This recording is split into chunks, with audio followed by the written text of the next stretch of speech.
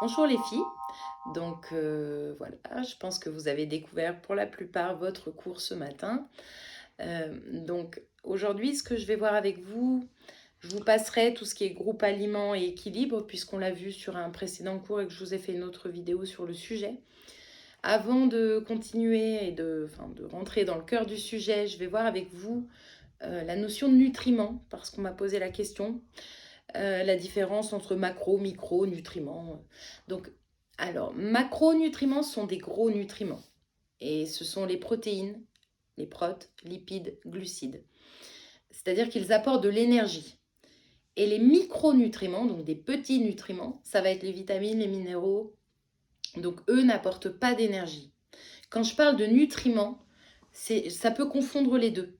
Si vraiment il y a besoin d'une précision, on vous parlera de macro ou de micro. Si on vous parle de nutriments, allez à l'essentiel. C'est-à-dire que si on vous parle de calories et on vous parle de nutriments, on vous parle forcément des macronutriments, puisque s'il n'y a qu'eux qui apportent de l'énergie. Les micronutriments sont essentiels pour le bon fonctionnement de l'organisme. Maintenant, nous allons rentrer dans le cœur du sujet, c'est-à-dire l'alimentation des 0-6 ans. Ce qu'il faut savoir déjà, c'est on doit répondre à des besoins pour l'enfant de 0 à 6 ans. Quels sont ses besoins, et même au-delà, hein. Quels sont ses besoins? Donc c'est ce qu'on appelle déjà, on va répondre aux besoins de la dépense énergétique de repos. Ça veut dire que l'enfant a besoin d'énergie, comme vous aussi, parce que notre corps, même au repos, c'est-à-dire que même si on ne bouge pas, il dépense des calories, il a besoin de calories, il a besoin d'énergie. Pour la thermorégulation, donc la thermorégulation, c'est quoi? C'est la régulation de la température corporelle. Donc ça coûte de l'énergie aussi au corps. Il va y avoir aussi l'activité physique. Donc j'entends bien par activité physique, on est bien d'accord que le petit de 6 mois ne va pas lever de la fonte. Par contre, le fait de bouger la nuit, quand il rêve, ou qu'il fait des petits cauchemars, ou même qu'il gesticule dans son lit, il dépense de l'énergie. C'est ce qu'on appelle de l'activité aussi. La croissance. La croissance coûte cher. La croissance demande beaucoup d'énergie aux enfants. Donc en fait, voilà, ces 4 éléments-là vont nécessiter de l'énergie et c'est pour cela qu'on va leur apporter l'énergie nécessaire par le biais de l'alimentation. Donc il faut savoir que l'alimentation qu'on va apporter aux enfants, on ne leur apporte pas n'importe quoi, n'importe comment. L'alimentation de l'enfant, quand on va le nourrir, il faut qu'on réponde à des besoins qui font qu'on ne va pas dépasser 10 grammes de protéines. Pourquoi pas 10 grammes? Parce que on est entre 10 et 15 grammes. Parce que les fonctions rénales de l'enfant ne sont pas terminées. Ça veut dire que le corps ne peut pas digérer correctement les protéines au-delà d'un certain seuil chez l'enfant.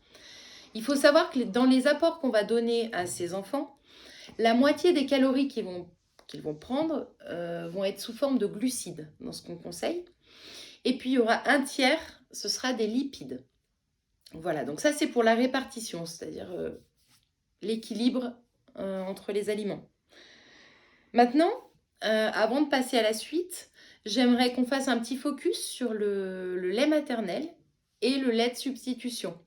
Donc le lait maternel, vous l'avez compris, c'est le lait qui est issu du sein, une fois que la maman a mis au monde le bébé. Le lait de substitution, parfois il arrive que les mamans ne peuvent pas ou ne veulent pas, et ça c'est une question de choix, nous n'avons pas à juger, donner le sein à l'enfant. Et dans ce contexte-là, on est obligé de pouvoir proposer à la maman un lait de substitution. Et il y a 2 types de lait de substitution. Il y a le lait premier âge et le lait deuxième âge. Le premier âge, il va être de 0 à 4-5 mois. Quand l'alimentation de l'enfant sera exclusivement lactée, ça veut dire qu'il n'y a rien d'autre que du lait. Et ensuite, on rentrera dans ce qu'on appelle la diversification alimentaire, c'est-à-dire qu'on va commencer à réintroduire des groupes alimentaires chez l'enfant. À ce moment-là, on viendra compléter l'alimentation par du lait dit lait deuxième âge.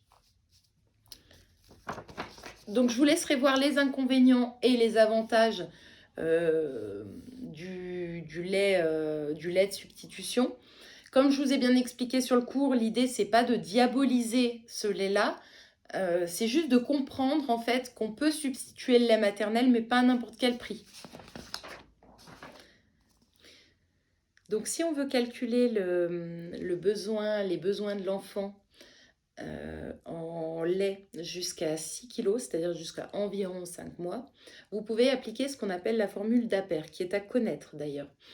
Donc la formule d'Aper, c'est quoi? C'est le poids de l'enfant en grammes divisé par 10, auquel on ajoute 250 millilitres et vous allez trouver une quantité en millilitres qui correspond aux besoins de l'enfant sur la journée, c'est-à-dire sur 24 heures. Donc par exemple, mon exemple que je vous ai mis dans le cours, c'est Tim. Tim qui a 1 mois. Donc 1 mois, je vous rappelle, on est sur 6 TT par jour. Si vous voulez prendre votre cours, je vous l'ai noté. Donc, Tim, 1 mois, 6 TT par jour, il pèse 4 kg.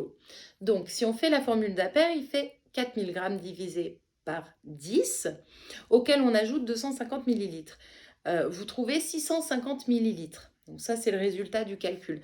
Je vous rappelle que c'est 6 TT par jour. Donc, on va diviser par 6. Vous trouvez 108. On va arrondir à 120 millilitres. Et on peut dire que sur la journée, donc le petit Tim, qui fait donc 4 kg pour 1 mois, aura besoin de 6 TT d'environ 120 millilitres. Voilà.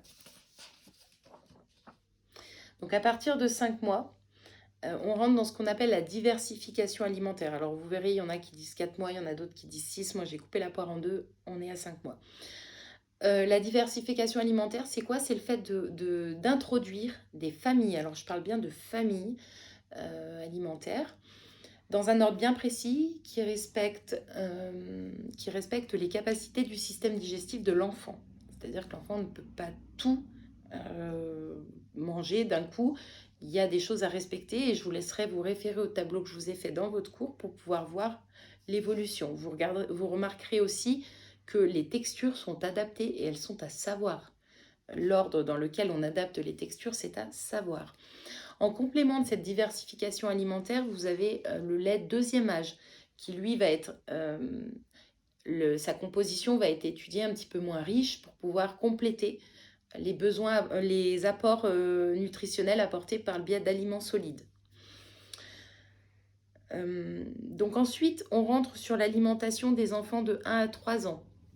L'enjeu va être surtout sur la découverte des aliments dans les familles, c'est-à-dire de 1 à 12 mois, de 5 à 12 mois, pardon, on fait découvrir les familles. Passé 12 mois, de 12 mois à 3 ans, on a toujours le lait deuxième âge, je vous rappelle, en complément. On va découvrir les familles, c'est-à-dire qu'on va varier les aliments. Là, on est sur la deuxième phase de la diversification alimentaire. Ensuite, de 4 à 6 ans, on va être plutôt sur la découverte de l'autonomie.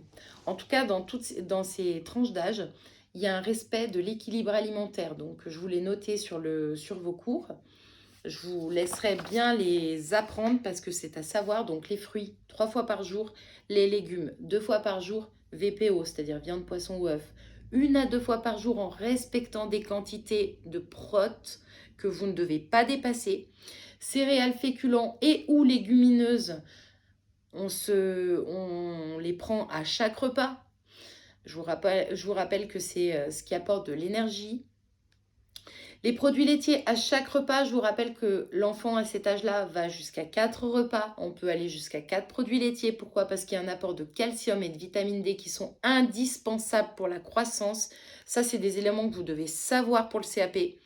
La matière grasse est à limiter mais n'est pas à supprimer puisqu'elle participe, les corps gras participent à plein de choses dans le cerveau entre autres.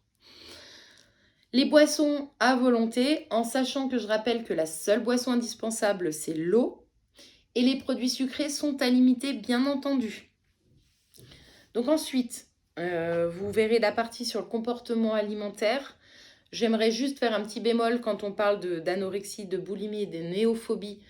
Alors la néophobie, peut-être que vous la verrez moins dans la vie de tous les jours. Par contre, anorexie, boulimie, bien entendu, quand on en parle de ça chez l'enfant, le contexte est différent, c'est-à-dire qu'on qualifie d'anorexie la perte d'appétit chez l'enfant qui fait qu'il a des apports nutritionnels inférieurs à ses besoins, parce qu'il ne ressent pas la faim. La boulimie, au contraire, ça va être des apports excessifs par rapport à ses besoins. Et la néophobie, comme je vous l'explique, c'est la peur d'éléments inconnus, ce qui fait que l'enfant a peur de goûter des nouvelles choses parce il ne connaît pas. Donc néo, comme je vous disais, c'est nouveau. Phobie, c'est une peur. Les habitudes alimentaires, donc pourquoi je fais un petit bémol là-dessus? Parce que vous allez être directement des acteurs de tout ça.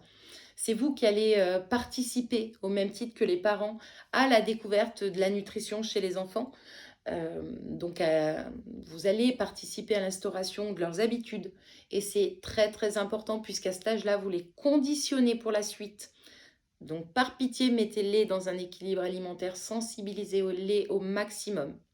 Voilà. Et puis, à la fin du cours, vous avez ce que vous devez retenir sur cette séance-là.